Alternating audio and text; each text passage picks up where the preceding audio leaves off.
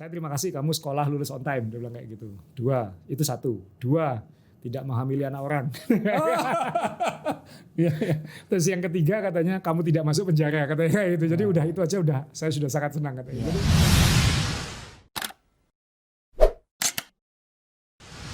semangat pagi sobat sukses. Salam bahagia, sehat dan sukses untuk kita semua. Hari ini saya kedatangan sosok yang sangat luar biasa ya.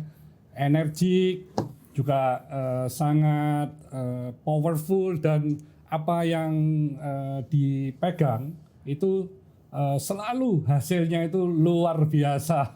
Siapakah dia? Mas Asrul Ananda. Terima kasih sekali nih Mas Asrul dalam kesibukannya bisa meluangkan waktu untuk podcast bersama saya.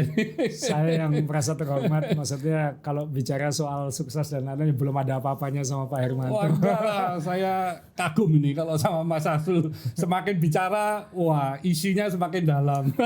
Moga-moga. Mas Asrul, saya ini ingin tahu nih, juga mungkin sobat sukses juga ingin mengetahui nih ya.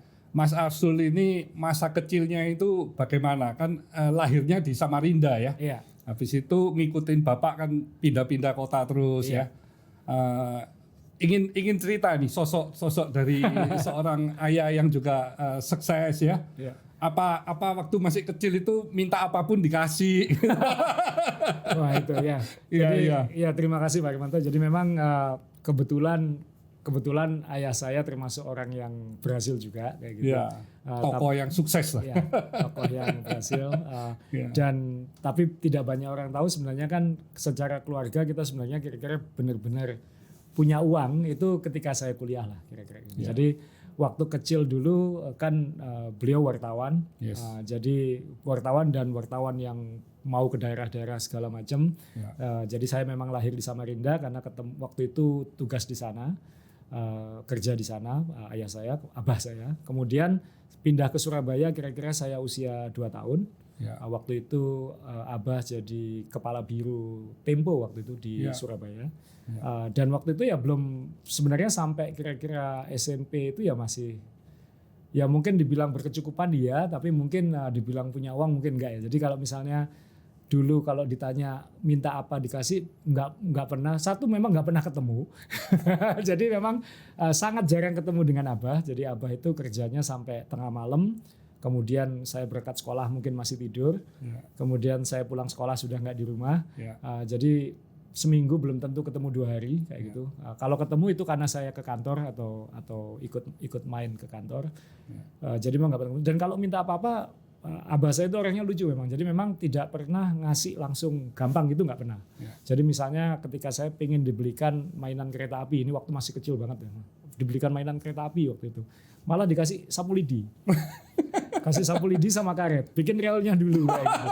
Jadi akhirnya memang dibiasakan untuk bikin sesuatu, bikin sendiri gitu, bukan gampang beli.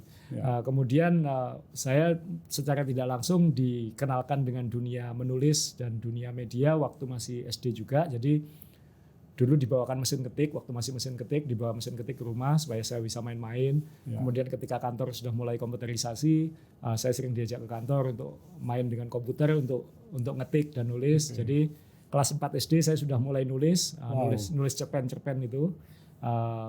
Bukan dimuat di koran abah saya, tapi dimuatnya saya pernah dimuat di majalah Ananda dulu. Kalau ingat ada majalah dulu apa ya, apakah Ananda, majalah Ananda, majalah Masa Kunjung, saya lupa. Pokoknya dulu saya sering nulis di majalah-majalah yang bukan grup abah saya kayak gitu. Meskipun saya juga nulis sesekali nulis cerita anak-anak waktu itu di koran abah saya. Dan waktu itu dibayar waktu itu kalau nggak salah, ini tahun saya masih SD kelas 4, jadi 15.000 per tulisan kayak gitu. Itu udah seneng banget karena zaman itu uang 10.000 kita bisa ke Jalan Semarang. Kalau di Surabaya dulu kan ada Jalan Semarang, tempat jual buku bekas itu.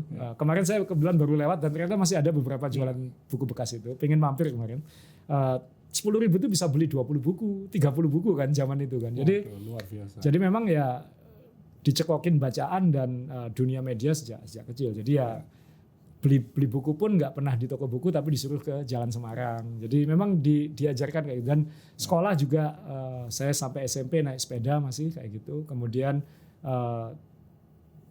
disuruh kadang ya jalan kaki kalau misalnya kelupaan bawa uang kayak gitu. Jadi memang tidak pernah diajarkan. Ketika saya ke Amerika itu bukan, ini banyak orang mengira karena saya anak abah saya kemudian disekolahkan ke Amerika, tapi sebenarnya banyak yang nggak tahu saya sebenarnya waktu itu beasiswa. Jadi waktu lulus SMP abah itu ngasih, waktu itu ada iklan, ini ada kesempatan ikut pertukaran pelajar kayak gitu, kamu ambil tesnya gitu kan, siapa tahu bisa berangkat lolos gitu.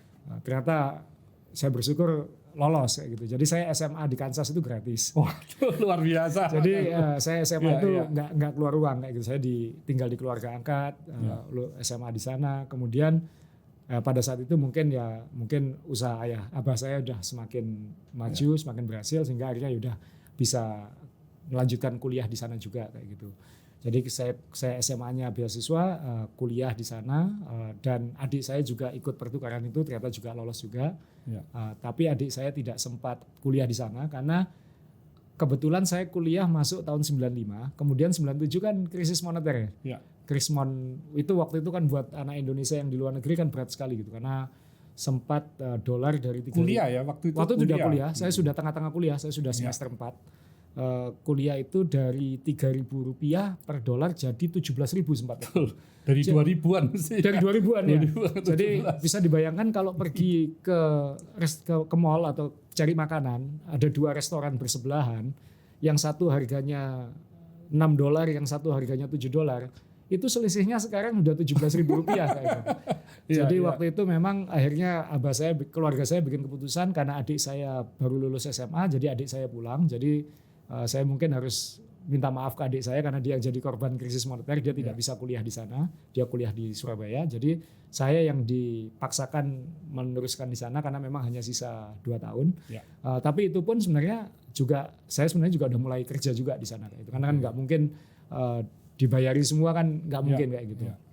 Dan yang ini memang jalan hidup ya Pak ya, maksudnya waktu itu saya sebenarnya diterima di UC Berkeley kayak gitu untuk masuk itu. Jadi saya waktu itu junior college dulu 2 tahun karena lebih murah. Dan saya jujur saya tidak lulus SMA Pak. Saya itu dilompatkan 1 tingkat sama sekolah saya dulu. Karena saya dianggap mampu, saya diloncatkan 1 tingkat. Itu bermasalah ketika saya melanjutkan ke California karena saya tidak punya cukup kredit SMA. Sehingga saya tidak lulus, tapi saya boleh ngambil tes masuk universitas waktu itu. Ternyata lolos juga kayak gitu. Jadi saya SMA seumur hidup cuma setahun sebenarnya. Jadi lulus SMP, kemudian SMA setahun, kemudian kuliah sebenarnya waktu itu. Nah waktu kuliah itu junior college dulu karena saya tidak lulus SMA dan karena itu lebih murah. Kemudian 2 tahun junior college saya sebenarnya diterima di UC Berkeley. Saya juga ingin kembali ke Kansas waktu itu, University of Kansas. Tapi kemudian Krismon kan. Terus saya bilang ke abah saya gitu, ini kalau ke Berkeley setahun 30.000 ini, saya bilang kayak itu kan mahal sekali kan memang sekolah itu. Kemudian kalau saya ke Kansas memang tidak semahal itu, tapi harus pindah-pindah dan lain-lain. Jadi saya bilang ke abah saya, udahlah saya tetap di Sacramento aja, saya kuliah di California State University Sacramento itu karena biayanya lebih murah dan lain-lain, dan saya nggak perlu pindah-pindah lagi. Jadi akhirnya ya sudah di situ aja. Jadi jalur pendidikan saya ditentukan oleh krisis moneter waktu itu. Tapi ya jadi saya baru tahu nih Mas Asrul. Jadi Mas Asrul ini mulai dari masa kecil secara tidak langsung sudah dididik dengan Pak Dahlan Iskan ini dengan cara-cara yang luar biasa ya. Jadi dididik bagaimana supaya mandiri. Saya nggak merasa dididik karena nggak merasa. Padahal Pak Dahlan kan mendidiknya itu dengan cara-cara dia yang unik, yang luar biasa ya. Jadi sampai anak nggak terasa, itu hebat sekali Pak. Didik itu guru yang hebat ya. Dan yang paling lucu Pak, saya nggak tahu ada orang tua yang seperti ini atau tidak. Jadi waktu saya akhirnya lulus waktu itu, saya bersyukur bisa lulus waktu itu cum laude juga kayak gitu. Wow. Jadi jurusan marketing, terus abah saya datang untuk wisuda. Kemudian yang dia ucapkan waktu itu saya nggak akan pernah lupakan, dan mungkin banyak orang tua mungkin pengen tahu apa yang diucapkan Pak Dahlan kepada anaknya ketika lulus kuliah. Dia bilang, Uli, manggil saya kan Uli gitu. Li, terima kasih ya. Kenapa? Kamu tidak merepotkan saya sama sekali waktu kuliah, kata itu. Padahal dalam hati saya juga nggak pernah digangguin kok bilang kayak gitu. Jadi kan abah saya itu kan memberi saya kebebasan dalam, sebenarnya bukan memberi kebebasan, dia nggak akan punya waktu untuk mikirin saya ngapain. Sehingga saya bisa membayangkan peluang bagi saya untuk melakukan kenakalan-kenakalan dan melakukan masalah-masalah itu kan pasti ada kayak gitu. Jadi abah saya bilang terima kasih, kamu selesai kuliah tidak merepotkan saya sekali, dan dia menyebutkan 3 hal, Pak. Ini saya sebutkan saja semuanya. Soalnya kan ini percakapan pribadi antara ayah dan anak gitu. Saya terima kasih kamu sekolah lulus on time, dia bilang kayak gitu. 2, itu 1. 2, tidak menghamili anak orang. Terus yang ketiga katanya kamu tidak masuk penjara katanya gitu. Jadi udah itu aja udah saya sudah sangat senang katanya. Jadi saya bisa bayangkan itu kan pemikiran yang sangat sederhana, yang sangat simpel. Tapi maknanya kan dalam kan Pak. Betul. Maksudnya itu 3 hal yang seolah-olah sederhana maknanya dalam. Saya juga saya bercandanya ke Abah gini. Tapi kan sebenarnya asal nggak ketahuan aja kan Bang. Jadi memang Mas Asrul, zaman-zaman itu semua orang tua yang memang benar-benar punya cita-cita, punya visi yang tinggi ya. Selalu bekerjanya itu kan full time. Bekerjanya itu mungkin bisa 15 jam, bisa bahkan lebih ya.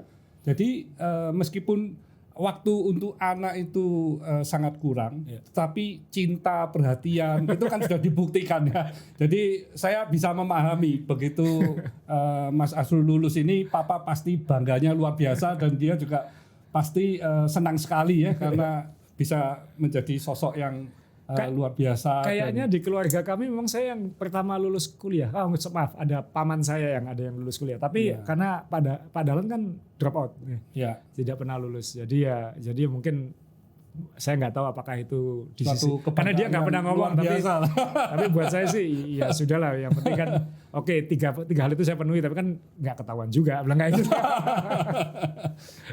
dan Mas Asrul waktu setelah lulus, saya juga lihat nih di berita ya. Kan sekolahnya juga selain marketing jurnalistik juga ya? Sebenarnya saya nggak sekolah jurnalistik Pak. Jadi sebenarnya ini memang jalan hidup ya Pak. Kita nggak pernah tahu apa yang terjadi dalam hidup. Waktu saya SMA itu kan karena pertukaran pelajar, saya kan tidak bisa memilih Pak. Saya tidak bisa memilih sekolah di mana, di kota mana dan lain-lain. Saya tidak bisa memilih tinggal dengan siapa.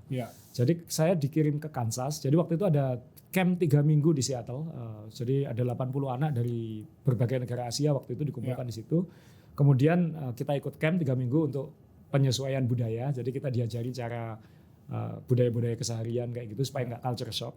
Kemudian di hari terakhir sebelum kita disebar itu, kita harus ngelihat ke tembok. Waktu itu belum ada internet ya karena tahun 93. Jadi kita lihat papan tulis di tembok itu, kita dikirim kemana gitu. Jadi ada yang ke Florida, ada yang ke California, ada yang ke Texas. Azrul Ananda Kansas kayak gitu. Dan nama kotanya itu di peta nggak ada.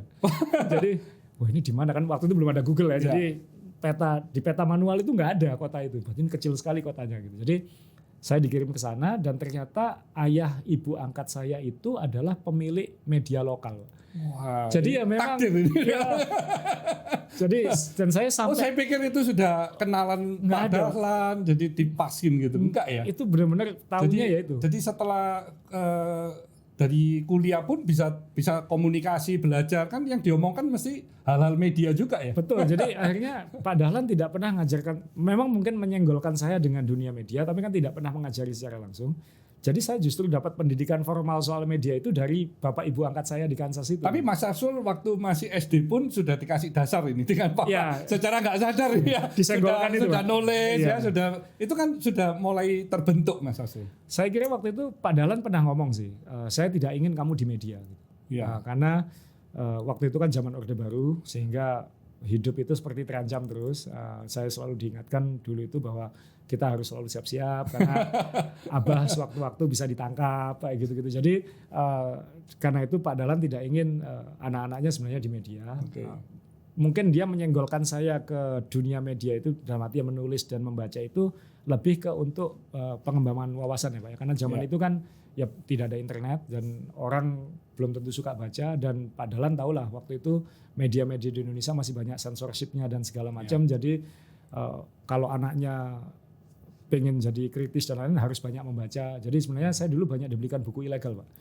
Jadi buku-buku yang dilarang pemerintah itu saya sebenarnya sejak SD banyak dikasih dulu. Jadi Pramudia Anantatur kayak gitu. Jadi saya kelas 4 SD sudah baca Pramudia Anantatur kayak gitu. Jadi sudah dicekoi. Tapi saya rasa dia genuine ketika dia bilang dia tidak ingin anaknya itu ikut di media. Ketika saya wisuda pun waktu itu kan saya punya opsi S2 kan Pak gitu. Saya punya opsi S2 tapi kan S2 itu lebih mudah kalau kita punya pengalaman kerja setahun kayak gitu. Jadi saya putuskan saya pulang dulu, saya sudah apalagi gara-gara Krismon saya 2 tahun lebih nggak pulang kan Pak gitu. Jadi saya pulang kemudian saya iseng aja setengah magang di Jawa Pos gitu di koran itu kemudian bikin karena waktu itu saya ngomel terus ke Abah. Saya ngomel terus, saya di sana kan saya dikirimi koran waktu itu. Dikirimi terus ke Amerika, secara fisik dikirimi. Oh di Amerika ya? Dikirimi supaya saya katanya tetap in touch katanya. Tapi saya ngomel terus gitu. Kenapa? Ini bacaan orang tua semua saya bilang. Karena maaf saya umur 21 waktu itu. Jadi ini orang tua semua kayak gitu. Jadi ya udah kamu yang bikin ini supaya jadi anak muda gitu. Tapi sempat waktu Mas Arsul pulang mau bekerja di Jawa Pos kan rumornya tidak diterima ya waktu itu ya? Iya, dan saya ngancam kerja di Kompas waktu itu. Nah, kenapa kok tidak diterima itu? Ya mungkin karena Pak Dahlan tidak ingin anaknya di situ lah. Oke. Gitu.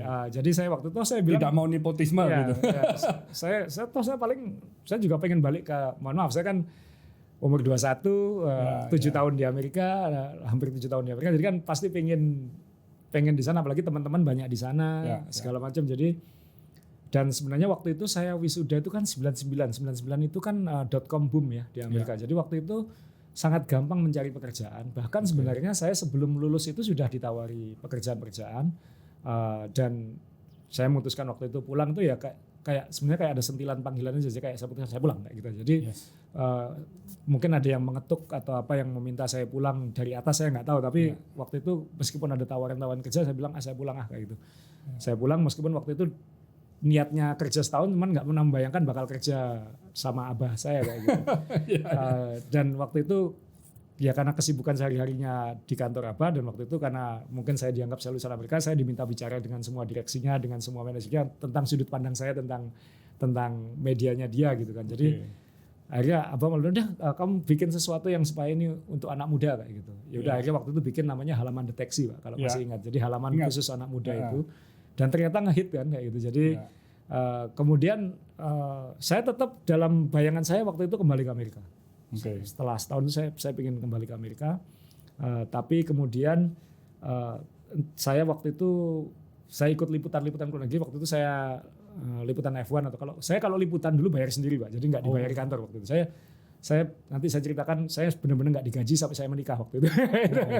Jadi saya pulang kok komputer saya dipindah ke Metropolis waktu itu ke halaman kota gitu loh.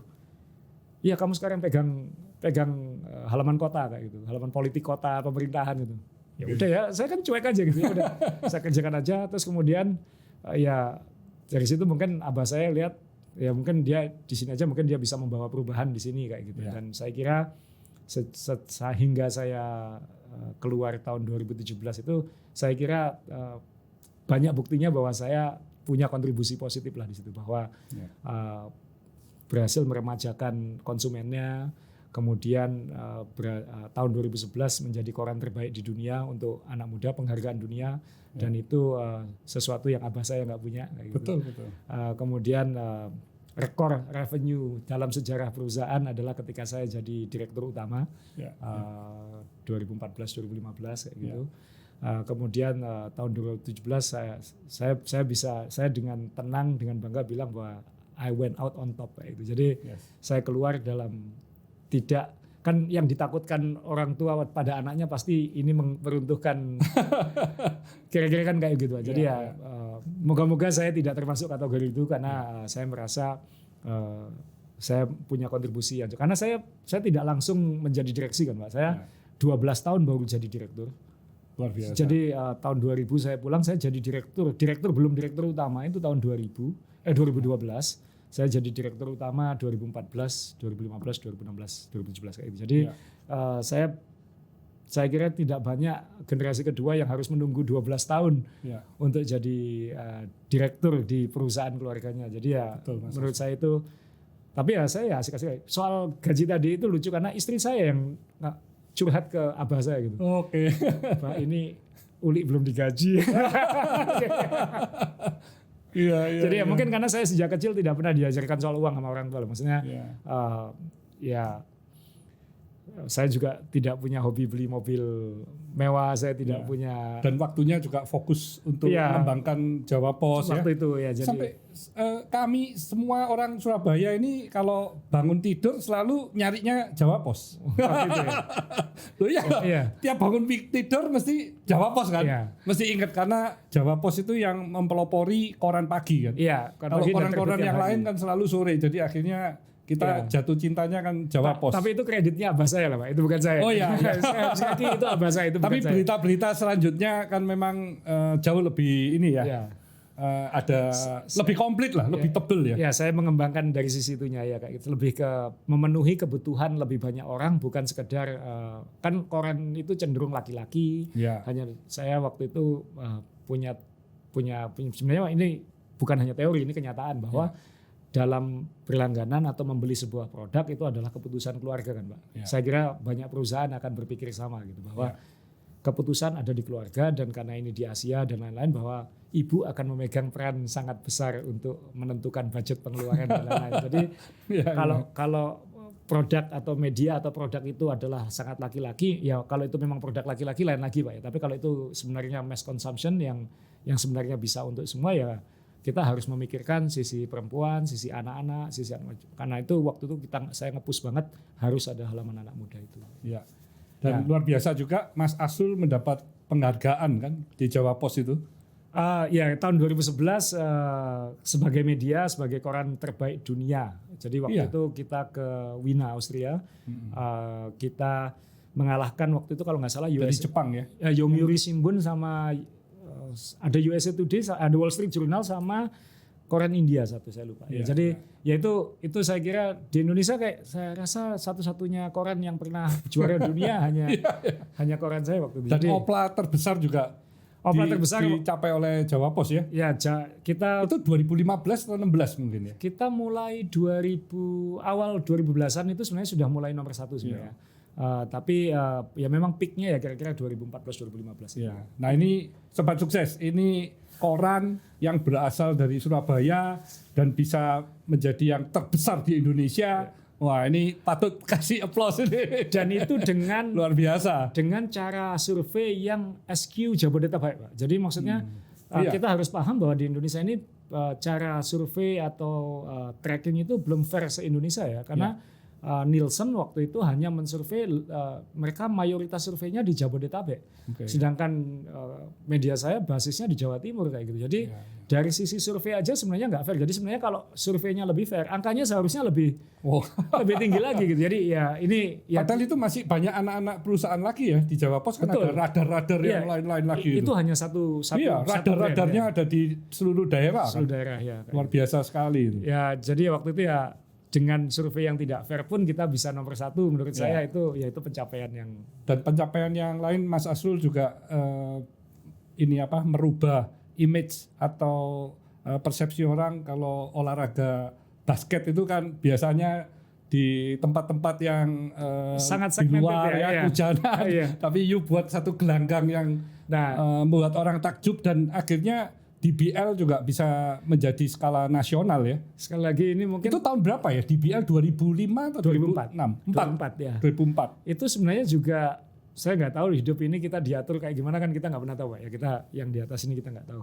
Jadi waktu saya SMA itu, kembali lagi nih waktu SMA, saya kan di SMA yang kecil. Jadi waktu itu saya di koran sekolah karena bapak angkat saya, ibu angkat saya pemilik koran lokal, dan koran sekolahnya nebeng koran lokal itu.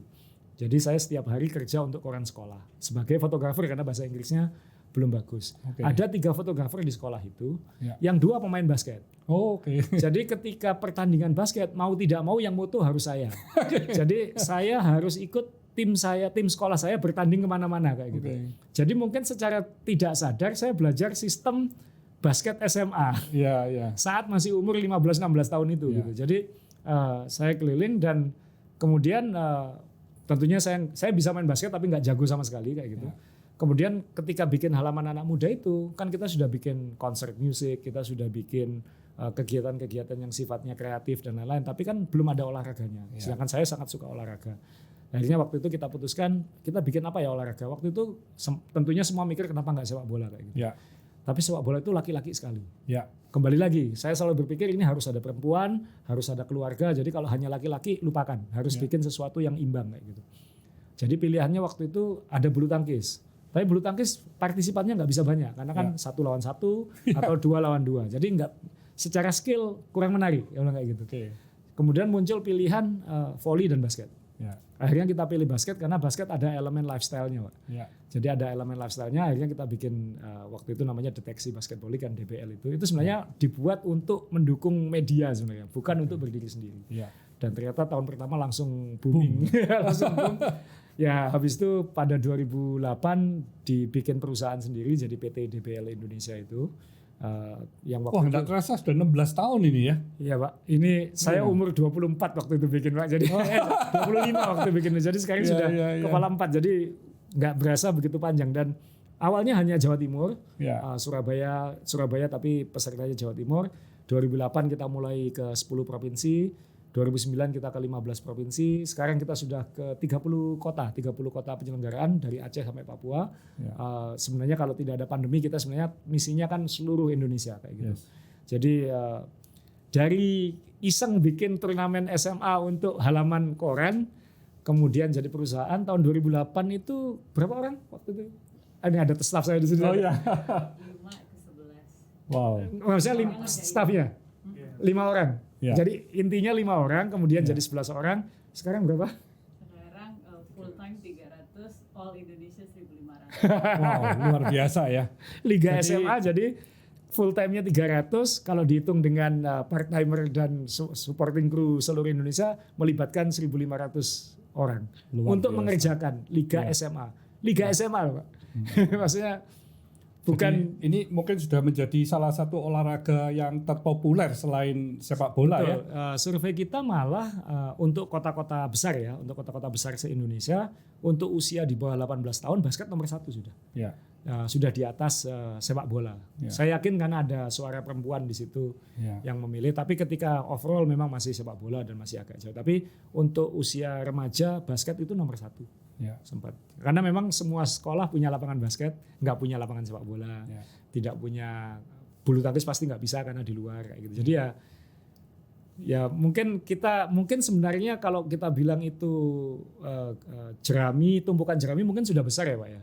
Cuman kebetulan kita yang nyalakan apinya pas kayak gitu. Jadi mungkin kalau yang lain nyalakan api mungkin juga jadi berkobar, tapi mungkin kebetulan kita yang nyalakan apinya. Jadi sehingga basket di Indonesia ini identik dengan DBL sekarang kayak gitu. Iya, dan identik juga dengan Mas Asul Ananda. Saya berusaha enggak sih karena benar-benar you yang membawa basket ini menjadi demikian populernya ya. Ya moga-moga. Ya benar. Jadi memang itu ternyata Mas Asul dapatkan waktu jadi juru kamera di Amerika ya. Dan waktu di Jawa Pos mempunyai ide bagaimana basket ini bisa populer. Nggak taunya jadi boom gitu ya. Jadi boom. Akhirnya jadi perusahaan sendiri gitu. Tapi saya yakin Mas Asul ini kalau sudah mau menjalankan sesuatu itu pasti punya komitmen yang sangat tinggi ya. Ini mungkin, saya lihat ini, saya ngomong-ngomong ini udah, wah kalau you masuk sudah nggak mungkin stop sampai bisa jadi benar-benar sebuah kesuksesan. Abah saya dulu pernah bilang kalau ngerjakan sesuatu jangan banyak mikir tapi total kayak gitu. Jadi jangan dipikir nanti datang sendiri kayak gitu. Saya kalau mikir terus nggak jalan-jalan. Terlalu banyak mikir malah kayak gitu. Jadi akhirnya nggak bisa eksekusi. Jadi ya secara tidak langsung mungkin dan saya memang mungkin karena entah lewat darah atau lewat omongan itu. DBL ini baru Mas Asul buka ini kan juga store. Betul. Merek ASA. Ya, jadi DBL ini merek ASA ini juga lahirnya 2005-2006. Enggak, ASA ini sebenarnya relatif baru 3-4 tahun ya. 3-4 tahun ya 2017 lah. 2017-an ya. Kalau istilah ASA-nya sendiri dalam bentuk sepatu mungkin secara secara spiritual sudah dimulai 2009 mungkin. 2009. Tapi sebagai brand mungkin baru kita seriusi 4 tahun inilah kayak gitu. Karena dulu kan memang kita punya DBL karena ini liga olahraga, kita punya sponsorship dengan merek olahraga lain. Jadi 2009 sudah dimulai, tapi masih belum membuka store, tapi sudah mulai membuka store sudah, brandnya sudah mulai bentuk ya. Ya intinya sudah mulai menanam benih lah kayak gitu. Jadi kan brand itu kalau tidak punya soul atau spiritual tidak punya nyawanya kan juga sulit untuk kan semua bisa bikin nama dan logo, tapi the meaning behind story-nya itu. DNA-nya ini. Jadi saya selalu bilang ke teman-teman bahwa kita ini bikin DBL ke seluruh Indonesia. Ini sebenarnya hanya bikin cerita. Kan nanti bisnis utamanya bukan ini sebenarnya. Ini adalah DBL itu sudah menjadi sport and lifestyle brand sebenarnya gitu. Tinggal masalahnya di Indonesia tidak ada contohnya yang lain. Kita ini pionirnya. Jadi untuk menunjukkan bahwa ini besar itu tidak ada bandingannya. Dan ketika di Indonesia ini, orang Indonesia ini dalam segala hal kan suka mengekor kan Pak. Jadi misalnya ini sukses karena ada banyak yang diludan. Tapi ketika jalan sendirian dan nggak ada yang melakukan itu orang bingung. Ini nggak mudah itu Pak. Ya, itu nggak mudah. Sukses atau tidak, atau tidak itu kan orang belum paham. Dan untuk brand-brand yang menjadi sponsor itu juga sulit untuk awalnya menjustifikasi ini benar nggak sih? Karena kok nggak ada yang lain ya kayak gitu. Nah saya nggak tahu nggak ada basket yang lain ini karena DBL-nya terlalu besar. Atau ya memang nggak ada yang bikin aja kayak gitu kan aneh juga sebenarnya. Turnamen basket kan sebenarnya banyak kayak gitu. Tapi yang menjadi sesuatu yang kontinu begitu panjang kan nggak ada. Nah jadi secara tidak langsung kita sudah membangun cerita itu dari sesuatu yang nggak ada menjadi sesuatu yang se-Indonesia. Nah tentunya kita waktu itu kita selalu mikir bagaimana caranya bikin lebih besar lagi kan Pak. Basket belum jadi olahraga utama. Kita bikin SWOT analisis gitu. Maksudnya di tim kita ini sebelum 2009 apa yang menjadi penghalang anak Indonesia main basket? Kenapa kok peserta kita sudah 2009 itu sudah mungkin hampir 20.000, mungkin sudah 20-an ribu, tapi kita pengen kan kita harus punya misi Pak. Target kita punya 100.000 peserta kayak gitu kan ya. Tercapai pada kapan? Nanti plannya bagaimana, eksekusinya bagaimana? Kalau dibandingkan dengan persentase dengan negara seperti Amerika kan jauh sekali. Jauh sekali. Penduduk Indonesia loh Pak 270 juta. Kan mirip dengan Amerika, beda dikit. Jadi kan apa yang menjadi penghalang? Ternyata kita menemukan bahwa penghalangnya adalah sepatu.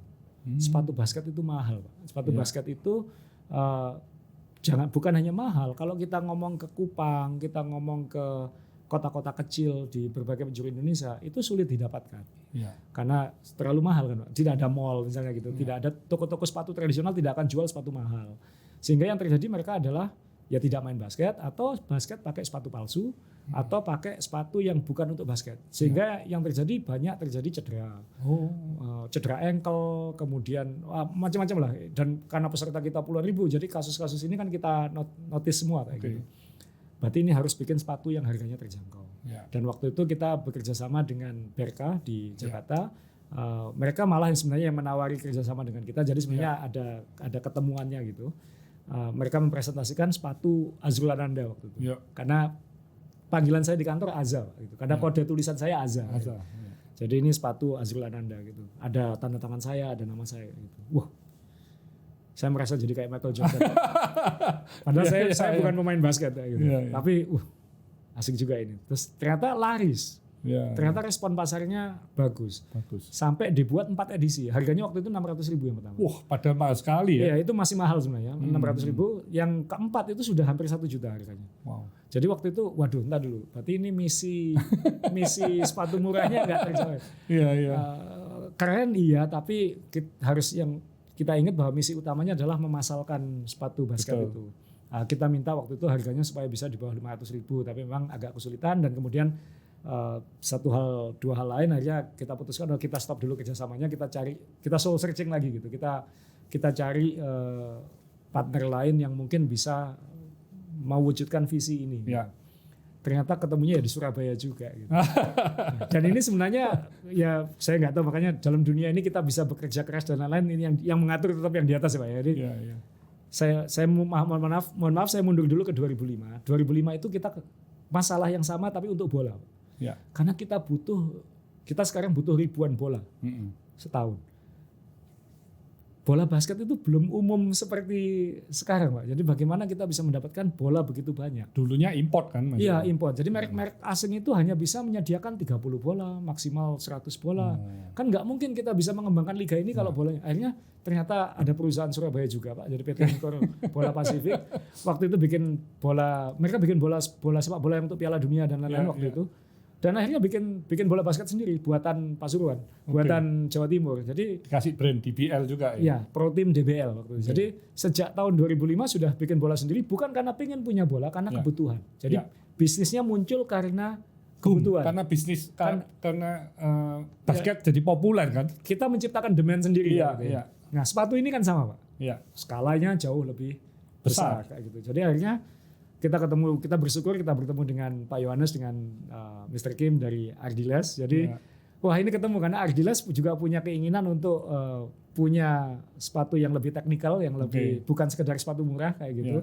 DBL punya kebutuhan sepatu yang harganya terjangkau. Akhirnya ya kita bikin sepatu, akhirnya kita tegaskan namanya Aza waktu itu. Jadi